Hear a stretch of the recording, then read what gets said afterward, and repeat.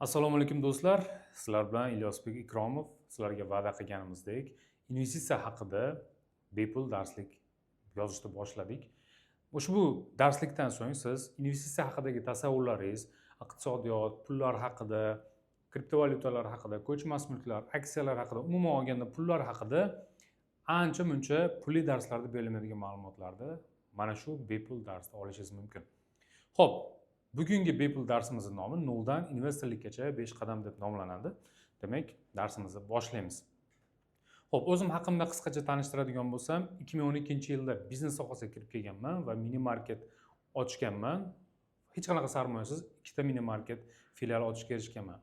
16-18-yillarda esa o'quv markazlar bo'yicha faoliyat yuritganman va 20-yildan boshlab rekruting kompaniya ochganman. Va o'sha yili onlayn maktabimga asos solganman. Pul oqimi onlayn maktabiga va hozirgacha bu muvaffaqiyatli faoliyat olib boryapti. 2021-yilda esa pandemiya davrida parfumeriya va maishiy texnikalar savdosi bilan ham shug'ullandim va o'sha yili Yevropa tiklanish taraqqiyot bankini O'zbekistondagi rasmiy konsultanti sifatida tadbirkorlarga biznesini, savdolarini oshirishga yordam berib keldim.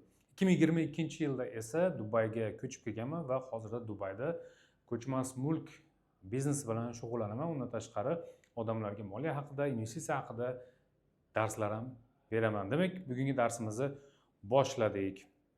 Xo'p, undan oldin bugungi darsimizda odamlar natija olgan odamlar haqida ma'lumot bermoqchiman. Mana shu bepul darslarimizda 50 mingdan oshiq odamlar qatnashgan va ulardan juda ko'pchiligi agar kimda kim o'rganganini amalda qo'llagan bo'lsa, hammasi %100 natija olyapti. Xo'p, ustozlarim haqida qisqacha tanishtirib o'tib ketaman. O'zi kimlardan ta'lim olganman, nimalarni o'rgataman. Robert Kiyosaki juda ko'pchilik taniydi, ko'chmas mulk bo'yicha ustozimiz. Saidmurod Davlatov bu biznesni tizimlashtirish bo'yicha ustozimiz.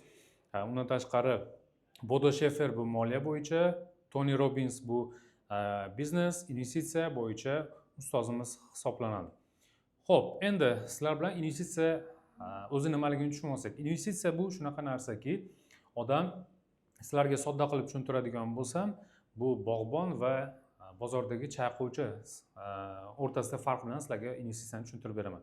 Bog'bon nima qiladi? Bog'bon urug' oladi, urug'ni ekadi va u 3 yilda meva beradimi, 7 yilda meva beradimi, sabr bilan unga vaqtini, pulini sarflaydi va tushunadiki, unga sirazi pul tiqib, undan meva olib bo'lmaydi. Qanchadir muddat kutish kerak.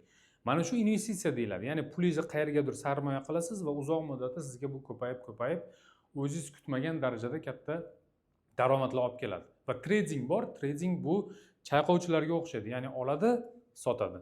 Oladi, sotadi. Bu tezda оборот bo'ladi. Juda ko'pchilik o'ylaydi, investitsiya qilsam, sirazi menga daromad keltiradi, sirazi men undan boyib ketaman deb o'ylaydi. Bunaqa tasavvurlarni bir chekkaga surib qo'yinglar. Ya'ni siz bog'bonsiz. Agar investitsiya bilan shug'ullanmoqchi bo'lsangiz, bog'bon bo'lasiz. Trading bilan shug'ullanmoqchi bo'lsangiz, demak siz chayqovchiga o'xshagan dehqondan olasiz, sotasiz. Xuddi shunaqa holatda investitsiyalar tushuniladi. Endi investitsiya turlari haqida sizlarga ma'lumot bermoqchiman. Hamma narsani xavfsizdan boshlash kerak.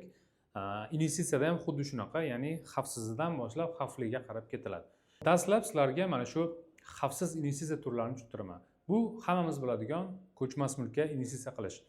Investitsiya qilish ko'chmas mulkka bu eng xavfsiz usullardan biri hisoblanadi.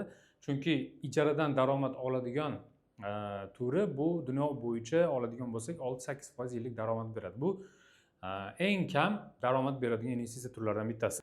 Shuning uchun ham bu xavfsiz hisoblanadi. Bu klassik investitsiya turi hisoblanadi. Lekin ko'chmas mulkka investitsiya qilishda ham biznes sifatida qilsa bo'ladi. Ya'ni subarenda bilan shug'ullansa bo'ladi yoki sharing qilsa bo'ladi. Ya'ni bitta xonani 3-4 kishiga yoki koykalar qo'yib turib, uni ijaraga bersa bo'ladi, alohida yoki flip deyiladi. Ko'chmas mulk hali qurilmasdan oldin sotib olasiz, uni bitganda sotasiz. Bu yo'q sizga tezroq daromad olib keladi. Demak, ko'chmas mulkka investitsiya qilish tushundik. Keyingisi bu bank omonat qo'yish. Bu xalqimiz orasida juda ham mashhur bank omonat qo'yish, lekin qadriyatlariga mos kelmaydigan insonlar bu investitsiya turi bilan shug'ullanmaydi. Chunki shariat ulamolari bank omonat qo'yishda nojoiz deb fatvo berilgan. Bunga asosiy sabab esa bankka siz pulingizni qo'yasiz, ular foyda ko'rsa ko'rmasa sizga belgilangan 20-25 balki 30%gacha daromad berishi mumkin. Va omonat deganda shu narsani tushunishimiz kerakki, kimgadir biron narsangizni omonat qilib topshirdingizmi, undan foyda ko'rish uchun оборот qilmaslik kerak. U saqlab turish kerak. Agar omonat bo'lsa, bankdagi omonat qo'yish bo'lsa, bu omonat so'zi bilan maskirovka qilingan, lekin siz kiritgan bankka qo'ygan omonatingizni ular boshqa odamlarga kredit sifatida beradi va undan olgan daromaddan sizga ham beradi. Va natijada bu xuddi shunaqa ishlaydi. Bankka omonat qo'yishda aslida moliyaviy tarafini oladigan bo'lsak, sizga foydasi yo'q. Chunki 20-24% sizga yillik daromad berayotgan bo'lsa, so'mning inflyatsiyasi ham xuddi shu raqamlarga teng. Ya'ni siz pulingizni faqatgina inflyatsiyadan himoya qilgan bo'lasiz xolos. Ya'ni undan daromad ko'raman deb o'ylasiz, adashasiz. Shuning uchun dollarda qo'yasizmi, so'mni qo'yasizmi, farqi yo'q. Bankka omonat qo'yish faqat sizning pullaringizni inflyatsiyadan himoya qilib berishi mumkin. Xo'p, keyingi investitsiya turi bu obligatsiyalar. Obligatsiyalar ham xuddi bankka omonat qo'yishga o'xshaydi. Obligatsiya o'zi nima degani? Obligatsiya bu qarz evaziga, ya'ni foiz evaziga qarz berish hisoblanadi. Buni davlat chiqarishi mumkin, xususiy kompaniyalar chiqarishi mumkin. Masalan, men sizlarga sodda qilib tushuntiradigan bo'lsam, meni Dubaydagi kompaniyamiz Prime Haven Properties o'zini yangi marketing xodlarini qilish uchun, bozorda egallash uchun yangi investitsiya jalb qilmoqchi va u ikki xil usulda pul jalb qilish mumkin. Birinchisi aksiyalar chiqarish orqali, ikkinchisi obligatsiyalar chiqarish orqali. Aksiyalarni keyinroq tushuntiraman. Obligatsiyamizni chiqaramiz. Masalan, 100 mingta obligatsiya chiqarib, uni bozorda $1 dan sotishimiz mumkin. Shunda biz $1 dan 100 mingta sotadigan bo'lsa, $100,000 investitsiya jalb qilamiz. Lekin ularga aytamizki, 1 yilda sizlarga 5% yoki 3% daromad beramiz. Bu fiks bo'ladi, belgilangan bo'ladi. Bizning kompaniyamiz foyda ko'radimi, zarar ko'radimi, farqi yo'q. Bu yerda shu $1 ga yarasha biz 3% yoki 5% daromad to'lab beramiz. Obligatsiyaga investitsiya qilish ham bu shariatda nojoiz. Shuning uchun buni sizlarga ma'lumot sifatida o'rgatib o'tib ketyapman. Keyingisi bu hozir trendda bo'layotgan oltinga investitsiya qilish. Investitsiya qilish bu jarayoni hali ham biz hozir xavfsiz usulidamiz. Ya'ni ko'chmas mulk ham, obligatsiyalar ham, bankka omonat qo'yish ham bu eng xavfsiz usullardan bittasi. Xususan oltinga investitsiya qilish ham bu eng xavfsiz usullardan biri hisoblanadi. Tarixda o'rganadigan bo'lsak, tarixdan ma'lumki, oltin doim o'zini qiymatini oshirib boryapti. JP Morganda bundan bir asr oldin aytgan gaplari shuki, oltin bu haqiqiy pul, qolgan hamma narsa kredit deb bekorga aytmagan. JP Morgan bu AQShdagi eng katta bank hisoblanadi. Xo'p, oltinga investitsiya qilishda siz qachon yutishingiz mumkin? Qachonki siz ertaroq kirgan bo'lsangiz, shunda oltindan foyda qilishingiz mumkin. Hozir hamma oltinga investitsiya qilyapti, lekin hozir ancha kech bo'lgan, foiz ketib bo'lgan, chunki narxlar allaqachon ko'tarilib bo'lgan va tushish ehtimoli hozir yaqinlashib boryapti, borgan sari. Oltinda ham xuddi shunaqa katta daromad qilish ehtimoli past, lekin pullaringizni inflyatsiyadan himoya qilishingiz mumkin. Oltin qachon oshadi? Qachonki dunyoda beqarorlik bo'lsa, inqirozlar bo'lsa, urushlar bo'lsa, oltinning narxi doim oshadi. Shuning uchun shunga qarab turib siz ham pullaringizni oltinga investitsiya qilsangiz bo'ladi. Faqatgina quyma oltinga, taqinchoqlarga emas. Taqinchoqlar bu investitsiya hisoblanmaydi. Oltinga investitsiya qilayotganda jismonan borib investitsiya qilishingiz kerak, ya'ni bankda onlayn oltin sotib olmasligingiz kerak. Xo'p, keyingisi bu dollarga investitsiya qilish, bu ham xalqimiz orasida juda ham keng tarqalgan. Aslida buni investitsiya deb ham bo'lmaydi, chunki dollarni, mana so'mni saqlagandan ko'ra dollar doim oshadi deydi-da, xalqimiz dollar olib qo'yadi. Bunga asosiy sabab doim dollar oshib kelgan degan qarash mavjud O'zbekistonda. Aslida dollarda inflyatsiya yo'qmi? Dollarda ham inflyatsiya bor. Bu 2% dan 8% gacha inflyatsiya bo'lishi mumkin yiliga. Bu har xil yillarda, har xil davrlarda, mana shularning orasida doim o'ynab turadi. Lekin dollarda saqlab qolganingizda inflyatsiya, ya'ni so'mning inflyatsiyasi balandligini hisobiga dollar oshib ketayotganga o'xshaydi. Qisman pullaringizni inflyatsiyadan himoya qilishingiz mumkin, lekin aslida bu investitsiya emas. Tasavvur qiling, $1000 pulingizni siz 1 yil saqlasangiz, u agar 8% inflyatsiya bo'ladigan bo'lsa, $80 o'sha qiymatini yo'qotdi degani. O'zidan o'zi. Buni o'rniga dollarga investitsiya qilishning o'rniga oltin quyma eng foydalisi. Keyingisi bu Rolex Hermes kabi brend soatlarga investitsiya qilish. Bu narsa hozir sizga qandaydir g'alati tuyulishi mumkin, lekin haqiqiy boy insonlar doim pullarini parkovka qilishadi mana shunaqa usullar bilan. Ya'ni bunaqa qimmatbaho soatlar vaqt o'tishi bilan o'zini qiymatini doim oshirib boradi va ular kolleksiya qilib to'playdi. Birinchidan pullarini saqlash uchun diversifikatsiya, ya'ni pullarni har xil joylarga investitsiya qilish maqsadida, ikkinchidan bu inflyatsiyadan himoya qilish maqsadida, uchinchidan bu soliqdan qochishda asosiy yo'llardan bittasi. Ya'ni ular mana boylarni ko'ramiz, san'at asarlariga millionlab dollarlar sarflashadi yoki shunaqa qimmatbaho taqinchoqlar, ya'ni aksessuarlarga yoki mashinalarga millionlab dollarlab pul sarflab olishadi. O'qib turib, men ham o'zim ham yoshligimda o'qib turib, bular nima bu ahmoqmikan deb o'ylardim. Lekin Amerikada yoki Yevropada soliqlar juda ham balandligi uchun ham bular soliqdan qochishda xuddi shunaqa usullardan foydalanishadi. Xo'p, keyingisi endi biznesga investitsiya qilish. Biznesga investitsiya qilish bu xavfli investitsiya turlaridan hisoblanadi. Ayniqsa O'zbekistonda biznes, ya'ni tanishini biznesiga investitsiya qilish juda ham keng tarqalgan. Hamma narsa og'zaki bo'ladi, hech qanaqa shartnoma bo'lmaydi. Bo'ldi, zo'r bo'lib ketadi, xudo xolasa deb turib, g'ir tavakkalchilikka asoslanib investitsiya qilib yuboradi. Biznesga investitsiya qilayotganda shuni tushundingki, o'zingiz tushunmagan biznes sohasiga kirmang, siz o'zingiz tushunmagan biznes sohasiga investitsiya qilmang va sherik bo'lmang. O'zingiz tushunadigan bo'lish kerak. Va hamma narsa qonuniy, hamma narsa yozma ravishda bo'lish kerak. Chunki inson bu unutuvchi. Inson so'zining ma'nosi o'zi unutuvchi. Hamma narsani unutamiz. Shuning uchun hamma narsa yozma bo'lishi kerak. Biznesda yurib ketish ehtimoli 3 yildan 5 yil orasida 100 ta biznesdan atigi 3 ta 5 tasi saqlanib qolar ekan statistika bo'yicha. Ya'ni biznesga investitsiya qilayotganingizda early bird investment deyiladi. Ya'ni biznesni boshida investitsiya qilgan bo'lsangiz, hali hech narsasi yo'q holatda bu sizning riskingizni 95% ga oshirib yuboradi. Agar biznes tizimlashgan bo'lsa, mahsulotlari tekshiruvdan o'tgan bo'lsa, allaqachon nima deydi, biznes modeli ishlayotgan bo'lsa, keyin investitsiya qilishingiz mumkin. Shunda sizning riskingiz ancha kamayadi. Xo'p, biznesga investitsiya qilishda demak tushundik. Keyingisi bu aksiyalarga investitsiya qilish. Aksiyalarni hali tushuntirdim. Biznesga investitsiya qilish bilan aksiyalarga investitsiya qilish bu deyarli bitta narsa. Aksiyalarda masalan siz qachon aksiyalarni sotib olishingiz mumkin? Biznesda qachonki ular fond birjasiga o'zining kompaniyasini chiqarib, u yerda ommaviy ravishda aksiyalarini ommaga taklif qilgan bo'lsa, siz aksiyalarni olishingiz mumkin.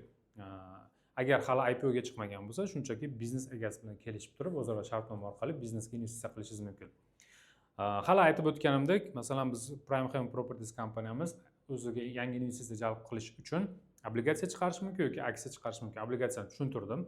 Aksiya chiqarayotganda biz xuddi shunaqa, masalan, $1,000,000 aksiya chiqarishimiz mumkin $1 dan. Biz ommaviy ravishda uni sotadigan bo'lsak, $1 dan sotadigan bo'lsak, biz $1,000,000 kompaniyaga investitsiya jalb qilamiz va yangi bozorlarda egallashimiz mumkin.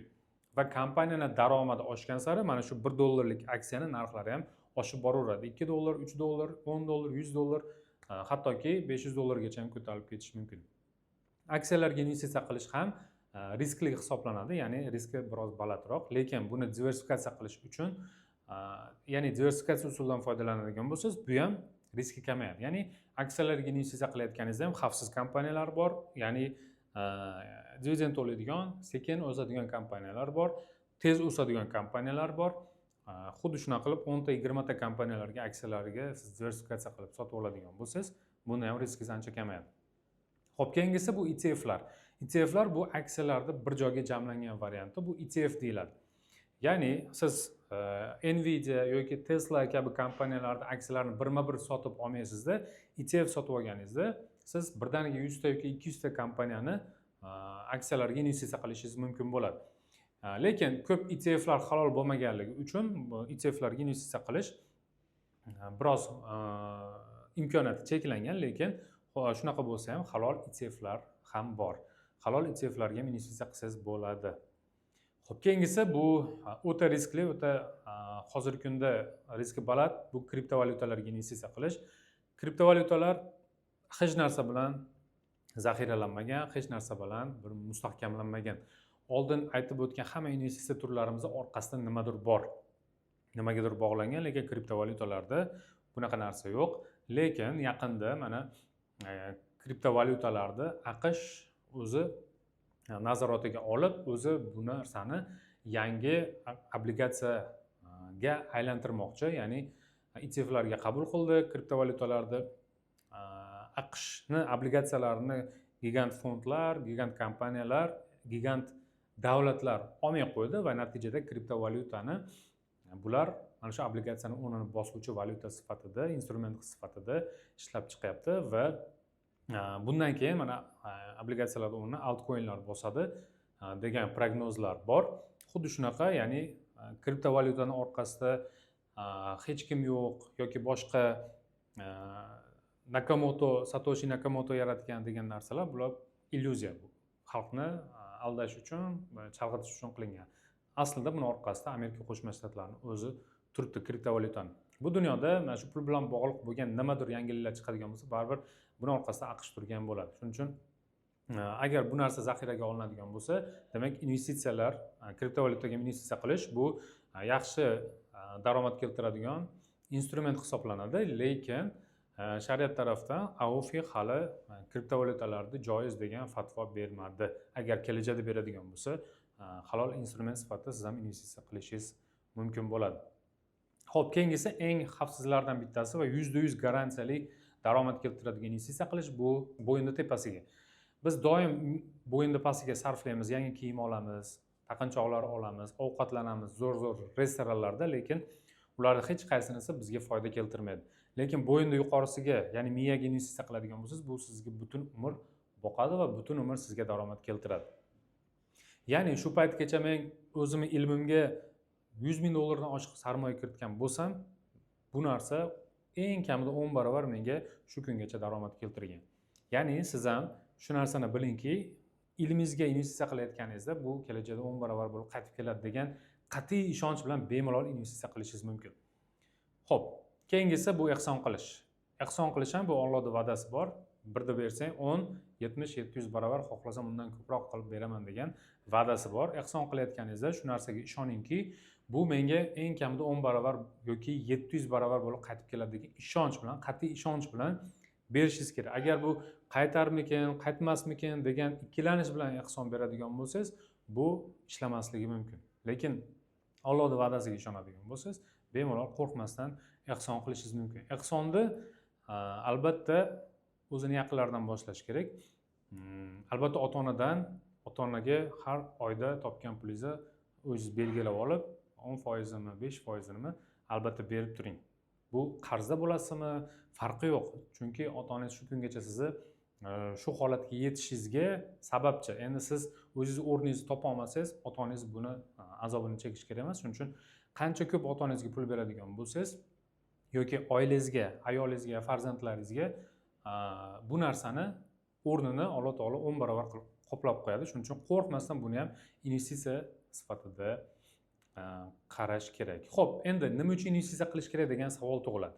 Birinchidan, faqatgina investitsiya qilish orqali siz moliyaviy erkinlikka erishishingiz mumkin. Chunki katta pullar ishlamasdan topiladi. Shunaqa naql bor, kichkina pullarni topishdan ko'ra katta pullar topish osonroq. Chunki kichkina pullarni ishlash uchun siz ertalab 8 dan 5 gacha ishlashingiz kerak.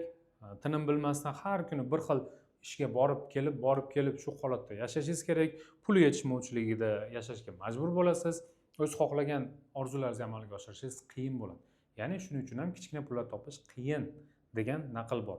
Katta pullar topish esa ishlamasdan investitsiya orqali topiladi. Ya'ni ish joyingiz, frilanserlik yoki biznesda ham bunaqa katta pul topa olmaysiz.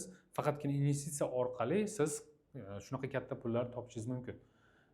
Bunga hozir men sizga bitta asos beraman. 24 soat, 1 hafta, 1 oy yoki 1 yil siz umuman davomasdan ishlay olasizmi? Albatta yo'q. Pul bo'lsa ishlaydi. Kim kasal bo'ladi? Pulmi, sizmi? Siz kasal bo'lasiz. Pul hech qachon kasal bo'lmaydi. Ish haqini oshirishni kim so'raydi? Sizmi, pulmi? Siz yoki xodimlaringiz. Pul hech qachon unga haq berishingizni talab qilmaydi. Kim ishga kech qoladi? Odammi, ishchimi yoki pulmi? Albatta ishchi. Pul hech qachon ishga kech qolmaydi. Kim kayfiyatiga qarab ishlaydi? Sizmi, pulmi? Albatta siz. Chunki pulning kayfiyati yo'q. Pulni kayfiyati bo'lmasa farqi yo'q. U bir xilda 24 soat 24 ga 7 sizga оборотda bo'lib ishlab beradi. Millioner, milliarderlarni ham hayotini o'rganadigan bo'lsangiz, ular pullarini o'zlari ishlab topmagan. Faqatgina o'zini kiritgan investitsiyalar orqali mana shu daromadlarga erishgan. Biz mana Dubayda ko'p millionerlar, milliarderlar bilan aloqadamiz, gaplashamiz, ular bilan suhbat qilganimizda ular bir kap, ya'ni bir chashka kofe ustida suhbat olib borib, millionlab dollarlarni muhokama qilishi mumkin. Ya'ni siz kelajakda o'zingiz xohlagan hayotda yashamoqchi bo'lsangiz, hozirdan investitsiya qilishni boshlashingiz kerak. Xullas, sizda mana shu quyidagi muammolar bor bo'ladigan bo'lsa, hoziroq investitsiya qilishingiz kerak. Ya'ni doimiy pul yetishmovchiligi bo'lsa, birovning qo'lida qaram bo'lib ishlayotgan bo'lsangiz, oilangiz bilan xohlagan paytda sayohatga chiqa olmayotgan bo'lsangiz, muhtojlarga ehson, maktablar, masjidlar, yo'llar, suvlar chiqarib berishga niyatingiz bo'lsa kelajakda va nafaqaga xohlagan paytda chiqmoqchi bo'lsangiz, pullaringizni naqd yoki bankda saqlashdan boshqa hech qanaqa variantingiz bo'lmasa, farzandlaringizni nufuzli chet el oliygohlarda o'qishda xohlaysiz, lekin bunga imkoniyatingiz yetmaydi. O'zingiz xohlagan uy, mashinaga ega bo'lmoqchisiz, lekin bunda ham sizda to'siqlar bor. Oilangiz bilan pul yetishmovchiligi tufayli doim janjallar yuzaga kelayotgan bo'lsa va eng muhimi kelajakda ishlamasdan pul topmoqchi bo'lsangiz, mana shu investitsiya qilishda hozirdan boshlashingiz kerak. Eng katta xato odamlarda qachonki qarzimdan qutulsam, keyin investitsiya qilaman yoki daromadim oshib ketsa, keyin investitsiya qilaman deydi. Aslida bu xato. Daromadingiz oshib ketish uchun investitsiya qilishingiz kerak. Hech qachon pul odamda oshiqcha pul bo'lmaydi. Hammaga pul birdek zarur. Shuning uchun hozirdan investitsiya qilishni boshlashingiz kerak. Xo'p, endi investitsiyada pullarimiz qanaqa ko'payadi? Masalan, 1000 dollarga 100 dona aksiya sotib oldingiz va ma'lum muddat o'tgandan keyin aksiyalar narxi 200 dollarga ko'tarildi va siz bundan 1000 dollar ishlab topasiz. Ya'ni 1000 dollar pulingiz 2000 dollarga aylanadi. Xo'p, endi investitsiyada asosan bu murakkab foizlar hisobiga sizni pullaringiz tezroq ko'payadi. Masalan, agar siz 25 yosh bo'lsangiz, investitsiya qilib, necha yoshda pensiyaga chiqishingiz mumkin? 35 yoshda investitsiya qiladigan bo'lsangiz, necha yoshda pensiyaga chiqishingiz mumkin? Bu narsani siz o'zingiz hisoblab ko'rsangiz bo'ladi. Murakkab kalkulyatorlar bor. Internetda shular orqali hisoblab ko'rsangiz bo'ladi. 2025-yil 10-oktyabrda tarixdagi eng keskin kunlardan biri bo'ldi. Nima bo'ldi bu? Donald Tramp Xitoyga 100% bojlar e'lon qildi. Natijada bozorlar portladi. Bitcoin narxi 12% ga tushib ketdi, Ethereum narxi 12% ga va Dogecoin 50% gacha narxi tushib ketdi. 1.6 million trader pullarini yo'qotdi. Lekin kimdir juda katta pullar ishlab topdi bu paytda. Bu o'zi qanday sodir bo'ldi? Masalan, dushanba kuni Bitcoin narxi 126.500 dollarga, ya'ni tarixiy rekord urdi. Seshanba, payshanba kunlari 5 milliard ETFlarga kirdi Bitcoin va juma kuni soat 10 da Tramp Twitterda yozyaptiki, biz Xitoyga 100% bojlar e'lon qilamiz va natijada bozorlar titrab ketdi. 1 soatning ichida 19.1 milliard dollar likvid bo'lib chiqib ketyapti. Bu Covid inqirozidan 20 barobar ko'p degan. Moliyaviy zanjirda reaksiyasi qanaqa bo'ldi? 60 daqiqada 155 mingta trader yo'qotdi pulini va har 10 daqiqada 250 million dollarlar likvid bo'ldi. Lekin bunaqa holatda kimdirlar juda katta pul ishlab topdi. Xo'p, bular kimlar edi? Bular oldindan bunaqa hodisalarni prognoz qiladigan va bularni oldindan biladigan odamlar bu narsalarda juda ham katta pullar ishlab topdi. Biz ham aynan mana shu investitsiya qilish qonun-qoidalarini, qayerga qancha pul bilan investitsiya qilishni, bozordagi bo'layotgan voqealarni oldindan prognoz qilish, inqirozlarni oldindan bilib turish va pullarni qanday xavfsiz saqlab, ularni ko'paytirish bo'yicha biz hamjamiyat tashkil qildik. Mana shu hamjamiyatning nomi biz 10K investorlar klubi deb nomladik. Nima uchun aynan 10K? Meni oliy maqsadim bor. 10 mingta millioner investor yetishtirib chiqarishim kerak. Shuning uchun 10K deb nomlaganman va mana shu maqsadim yo'lida onlayn kurslar tashkil qildim va buni yana ham tezlashtirish maqsadida aynan shunaqa hamjamiyat tashkil qildim. Bu hamjamiyatda nimalar bo'ladi? Keyin sizlar bilan buni tanishtirib chiqaman. Xo'p, bugungi kunda bizga hech kim moliyani o'rgatmaydi. Banklar ham, universitetlar ham va maktablar ham. Faqatgina ular sizga ishchi bo'lishni o'rgatadi. 10K investorlar klubi paydo bo'lishining asosiy g'oyasi esa mana shu sizga 10 mingta investorlarni yetishtirib chiqarish. Biz bu bo'shliqni to'ldirish uchun mana shu klubni yaratdik. 10K klubda falsafasi shuki, biz odamlarni boy qilish emas, ularni boylarcha fikrlashga o'rgatamiz. Ya'ni Bu to'rtta bosqichdan iborat bo'ladi. Birinchisi moliyaviy bilim, pulni boshqarish, ikkinchisi yangiliklarga tezda moslashish, uchinchisi amaliy tajriba, investitsiyalar va to'rtinchisi jamoa va natija. Xo'p, klubning missiyasi har bir o'zbekistonlik va o'zbek millioner bo'lishi mumkin. Biz esa bu yo'lda sizga tizim, bilim va jamiyatni taklif qilamiz. Xo'p, nima qiymat olasiz? Haftalik onlayn darslar bo'ladi, jonli sessiyalar bo'ladi, networking jamoasi bo'ladi, real investitsion loyihalarni birgalikda qilamiz, ekspertlar va podkastlarda qatnashish imkoniyati bo'ladi, bozorlar tahlillari, sayohatlar va uchrashuvlar va albatta mukofot tizimini olishingiz mumkin bo'ladi. Xo'p, qanaqa bunday imtiyozlar qo'lga kiritasiz? Har oy eng faol a'zolarga mukofotlar beriladi, eksklyuziv kontentlar ishlab chiqamiz. Investor of the Month tanlovi bo'ladi, ya'ni oy investori, networking imkoniyatlari, klubga do'stlar taklif qilish orqali bonuslar ishlab olish, klub a'zolari bilan podkastlar, intervyular tashkil qilish, shaxsiy brendingizni rivojlantirish va jamoaviy investitsiya qilish. Xo'p, 10K Summit eng faol a'zolar uchun har yili xalqaro uchrashuvlar Dubayda tashkil qilinadi, networking, sarmoya va yangi hamkorliklar uchun. Xo'p, endi bu 10K klubga qo'shilish narxi va shartlari. Kim millioner bo'lishni xohlaydigan bo'lsa, aynan mana shu 10K investorlar klubiga taklif qilamiz. Klubga qo'shilish narxi aslida $1000 turadi.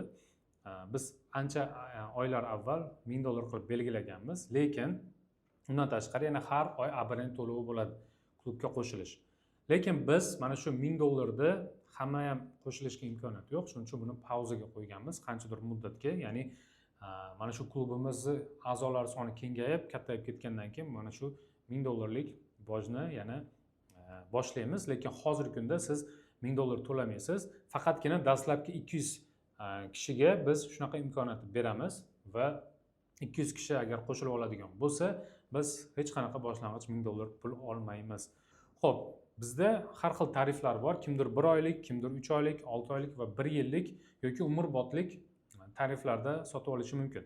Masalan, 1 oylik tarifda haftalik darslarda qatnashish, moliya yangiliklari, jonli sessiyalar va sayohatlar, hamma narsada qatnashish mumkin. Oyiga atiga 149 ming so'm evaziga.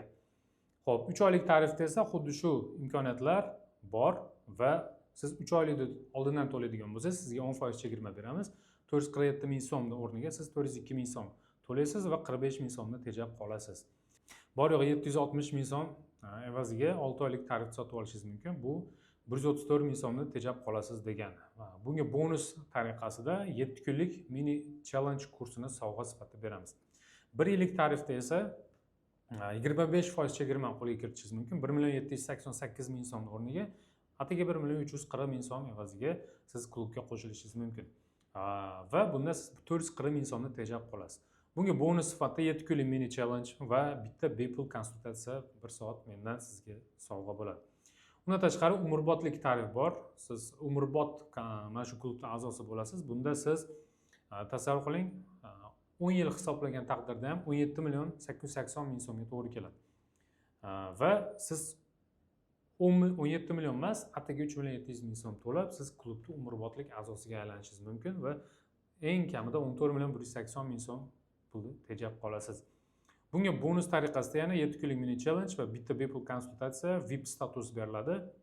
Plus barcha kelajakdagi kurslarimizga bepul qatnashish imkoniyati bo'ladi. Bir marta to'lov qilasiz, umrbod a'zolik va cheksiz tejash imkoniyati paydo bo'ladi. Xo'p, umrbodlik tarifi a'zolar uchun maxsus maqom beriladi, ya'ni VIP investor ichki doirasiga qo'shilish, yopiq vebinarlar, sayohatlar va alohida imtiyozlarga ega bo'ladi. Pul uchun ishlashni davom ettirasizmi yoki pul siz uchun ishlashini xohlaysizmi? Bugun 10K klubiga a'zo bo'ling va biz sizni kutamiz. Boylik bu raqam emas, bu qaror. Qaror sizda. 10K klub bu yo'l sizniki. Do'stlar, yana batafsil ma'lumotlar olish uchun pastda havola qoldiriladi. Havoladan ro'yxatdan o'ting. Savollaringiz bo'lsa, savollaringizni yozib qoldiring. Menejerlar siz bilan bog'lanadi. Ismingiz, telefon raqamingizni qoldirasiz yoki shunchaki to'lov qilib o'zingiz joyingizni band qilishingiz mumkin. Sizlar bilan millionerlik yo'lida ko'rishguncha, sizlar bilan Ilyosbek Ikromov bo'ldi. Salomat bo'linglar.